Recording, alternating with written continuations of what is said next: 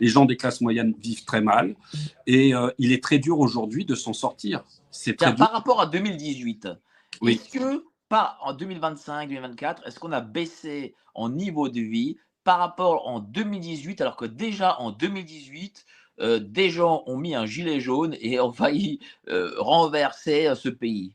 Ben, on était à 1,50. Maintenant, le prix de l'essence, il est à 80, 90, voire 2 euros. Bon, là, ça a rebaissé. Mais oui, le coût de la vie a augmenté de 30 voire 40% dans certains secteurs, si ce n'est pas plus, surtout en matière d'énergie. Et le plus triste, c'est toutes ces TPE qui ont dû fermer la porte, qui ont dû faire faillite du fait qu'ils ne pouvaient plus faire face à la facture énergétique. Alors, je ne dis pas que si on n'avait pas pris de sanctions, l'énergie n'aurait pas augmenté. Mais est-ce que les gilets jaunes, c'était quoi les gilets jaunes? Est-ce que les gilets jaunes, c'était un dernier souffle ou une introduction vers quelque chose, vers un autre mouvement? Je pense que au départ, on a voulu encadrer ce mouvement social, mais au départ, les revendications, c'était surtout d'aller chercher Macron. C'est-à-dire que c'était un rejet de la présidence de Macron qui était arrogant, qui disait pour trouver un boulot, vous n'avez qu'à traverser la rue, qui disait qu'on trouvait de la misère, enfin j'ai oublié tous ces termes, ça va me revenir, mais qui avait humilié les gens. Et en plus, quand il était lors de sa tournée pour le 11 novembre, les gens lui posait des questions, il le prenait au dos, mais il dit vous n'avez pas écouté mes discours, enfin, qu'est-ce que c'est? Enfin voilà, je veux dire, il a très mal réagi. Bon, c'est vrai qu'il venait d'être élu depuis 1 an, il n'avait pas l'expérience, mais je crois qu'il y a eu un rejet de la personnalité de Macron. Je crois que c'était ça. Alors après, on a greffé évidemment le coût de la vie, le coût des carburants, etc., la taxe carbone. Tout ça a catalysé, a amplifié le mouvement. Et puis, après, on connaît la suite. Mais c'est fait, c'est passé. Alors, je pense qu'il y a inconsciemment, il y a un problème véritablement fondamentalement politique qui concerne la représentativité et la souveraineté de ce pays. D'abord, une souveraineté qui a été bradée, ou qui a été bradée à la Banque Centrale Européenne, où on n'a plus d'autonomie financière. Et on va le payer très cher, tout ça, parce que la dette, il faut être très clair, la dette que l'on a des 3500 milliards d'euros, on ne peut pas rembourser. Alors, on vous dit sur plusieurs générations, mais ce n'est pas possible. Et ça impacte directement l'euro. Et d'ailleurs, il faut savoir que l'Allemagne est prête à foutre le camp de l'euro dès qu'il y aura un problème de taux ou un problème de financement ou de remboursement de la dette. Il y a eu un arrêt de la Cour de Kirchhoff qui a dit oui, s'il y avait un problème avec l'euro, l'Allemagne serait en droit de retourner au Deutschmark. C'est un arrêt qui date de 3-4 ans, je crois. Donc, il faut s'attendre à une crise financière, au-delà de la crise sociale ou la crise politique qui s'annonce. J'écris ça en 50 pages. Je l'avais déjà écrit, puisque vous savez que je travaille beaucoup sur les mouvements populaires, les mouvements sociaux, mouvements populaires. Donc, je l'avais déjà écrit. Et aujourd'hui, nous arrivons à ça. Donc, moi, me dire que ça va être repris par la LFI, repris par la CGT, repris par la machin, vous savez, je l'écris à un moment donné, déjà on ne gouverne pas impunément contre son peuple, parce qu'un jour ou l'autre ça se passe mal. Et deuxième chose, je continue de penser que les Français qui sont en colère et qui sont apartisans, apolitiques, même s'ils ont des idées, ils ont une inclinaison vers une politique ou une autre, plus sociale ou plus identitaire.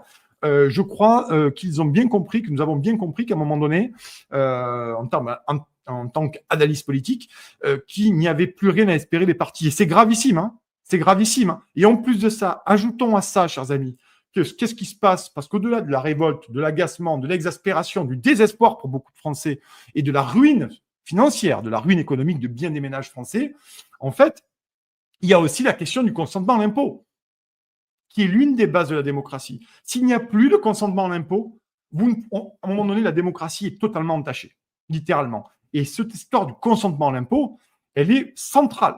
Elle est centrale, en plus des privilèges, en plus de la caste qui se gave, en plus des avantages absolument pharaoniques, faramineux et obèse de notre classe politique, hein, du député, passant par le ministre, par le sénateur, par bien des trucs, directeur de cabinet, conseiller ministériel, enfin, je peux en citer, responsable d'agence d'État, conseil constitutionnel, conseil d'État, je peux en citer plein, conseil économique et social, si vous préférez, je peux tous les citer, si vous voulez. Mais on va s'exonérer de le faire.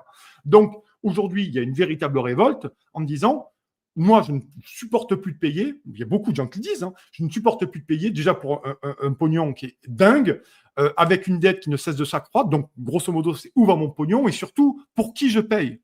Pour qui, à quoi servent mes impôts? Donc, on a une déperdition totale maintenant et fulgurante. Ça fait un moment qu'elle est là, mais là, fulgurante depuis cette dernière semaine, d'un consentement à l'impôt. Et ça, c'est la fin de notre modèle, c'est la fin du contrat social. Quand vous estimez qu'à un moment donné, l'impôt que vous payez est illégitime, c'est la fin du contrat social.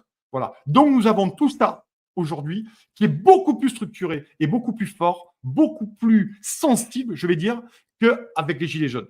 Parce que les Gilets jaunes, c'était véritablement quelque chose qui était spontané, un ras-le-bol. Mais là, aujourd'hui, c'est plus qu'un ras-le-bol. Vu l'état de la France, il faut bien dire que je le dis en permanence, on ne gouverne jamais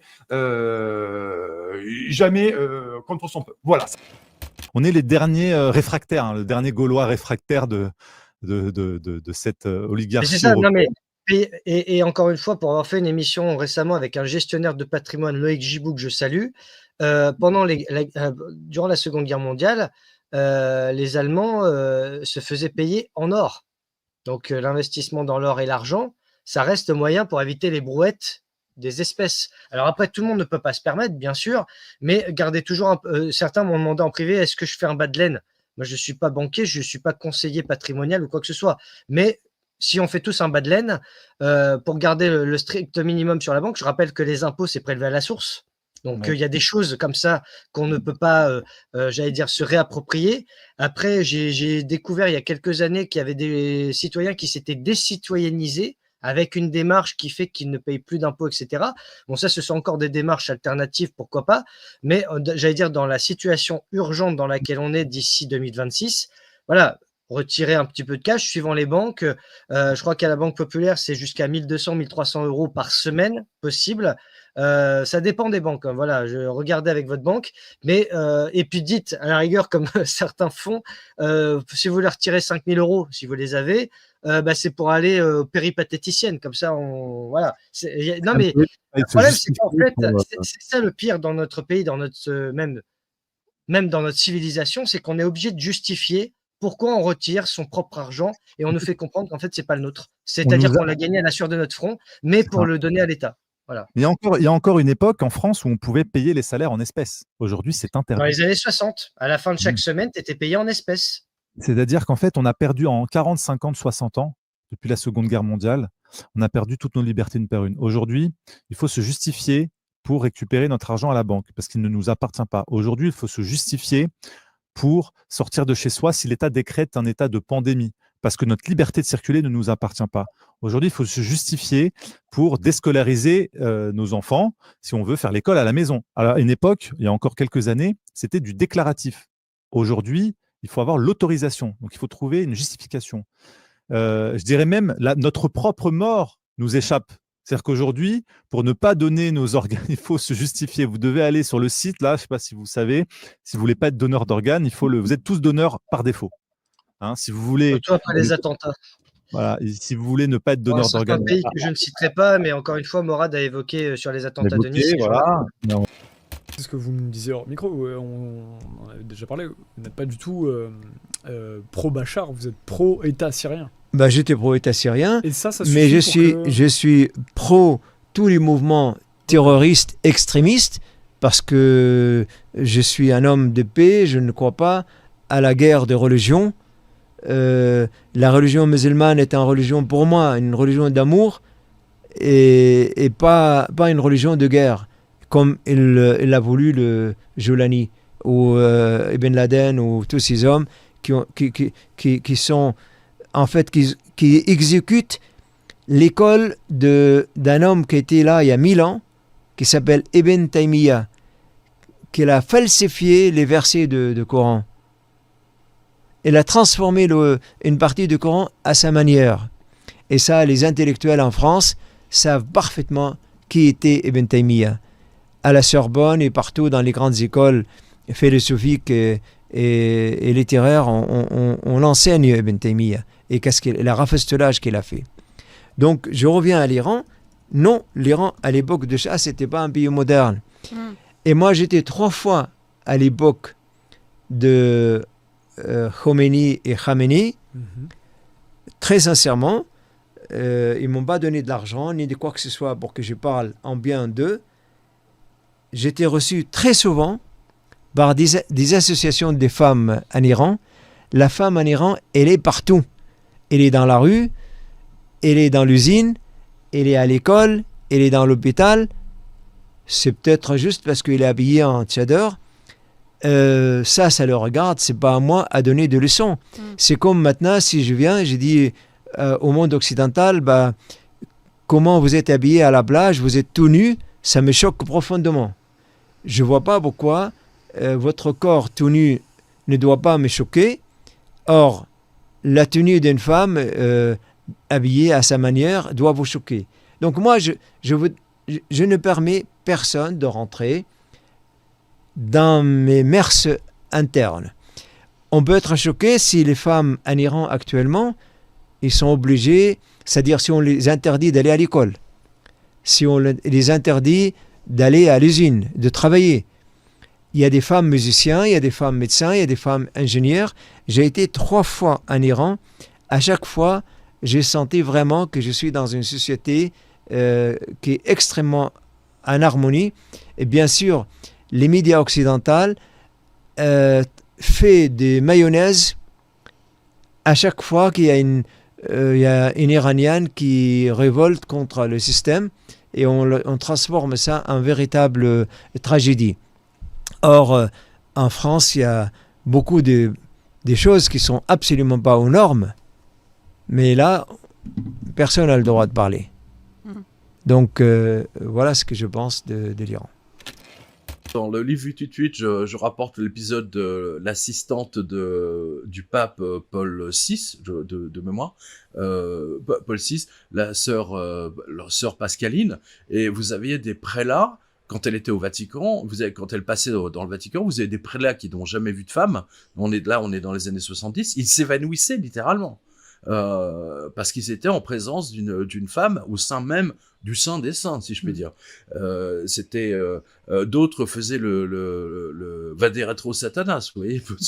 À l'époque, la femme, c'était toujours... non, mais n'oubliez pas, la femme, c'est celle qui a causé la perte de l'homme. Voilà, c'est toujours cette église paulienne que je dénonce dans le livre 888. C'est très, très important de comprendre ça. Et Catherine de Sienne a été la première, la plus grande. Et c'est pour ça que j'ai une grande affection intellectuelle, je veux dire, vraiment pour elle, parce que d'une part, elle nous a rapporté tout ce qu'elle a vu, même si elle ne savait pas écrire, mais c'est pas gênant. C'est également le cas de Thérèse Neumann, c'est le cas de Anne-Catherine Emmerich. C'était l'époque aussi, c'était l'époque.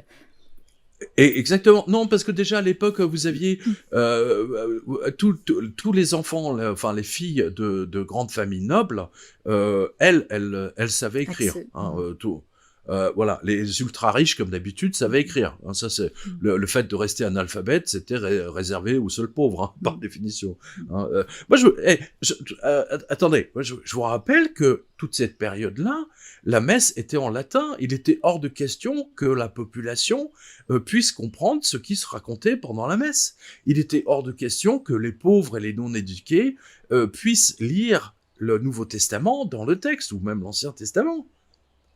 Moi, je vous rappelle que Wilhelm Tyndale, l'anglais, le premier qui avait traduit la Bible, la Septante en anglais, a été brûlé vif.